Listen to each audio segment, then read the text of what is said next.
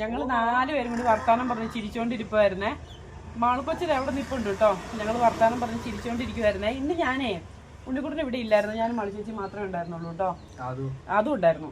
അതുകൊണ്ട് കാര്യം പറയാൻ വരുന്നത്, അതും അവിടുത്തെ ബെഡേ കിടക്കുവാണേ. അപ്പം TV തട്ടാൻ പോയി. TV നിലത്തല്ലേ ഇരിക്കുന്നത്, അവിടെ അല്ലേ ഇരിക്കുന്നത്. അപ്പോൾ തട്ടാൻ പോയപ്പോൾ ഞാൻ പറഞ്ഞടാ അതുട്ടി എങ്ങനെ കയറി കിടക്കുക, TV തട്ടൂന്ന് പറഞ്ഞു.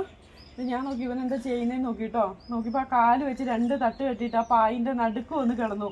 എന്നിട്ട് എന്നെ നോക്കി ഒരു ചിരി. ഇത് പോരെ അമ്മേന്നായിരിക്കും ചോദിച്ചത്. അന്നേരം എനിക്ക് തോന്നി കേട്ടോ, ഇപ്പൊ എല്ലാം എന്റെ കൊച്ചിനെ അറിയാം.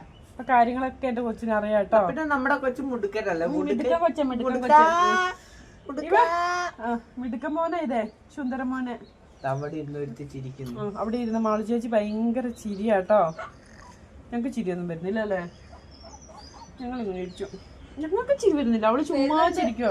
ഞങ്ങൾക്ക് ചിരി വരുന്നില്ല. അപ്പൊ ഞാൻ ഓർത്തെ ആദൂട്ടിക്ക് വന്ന ചെറിയ മാറ്റമാണേലുവേ എല്ലാവരോടും പറയണല്ലോ. എല്ലാവരും അതിനുവേണ്ടി കാത്തിരിക്കുവല്ലേ.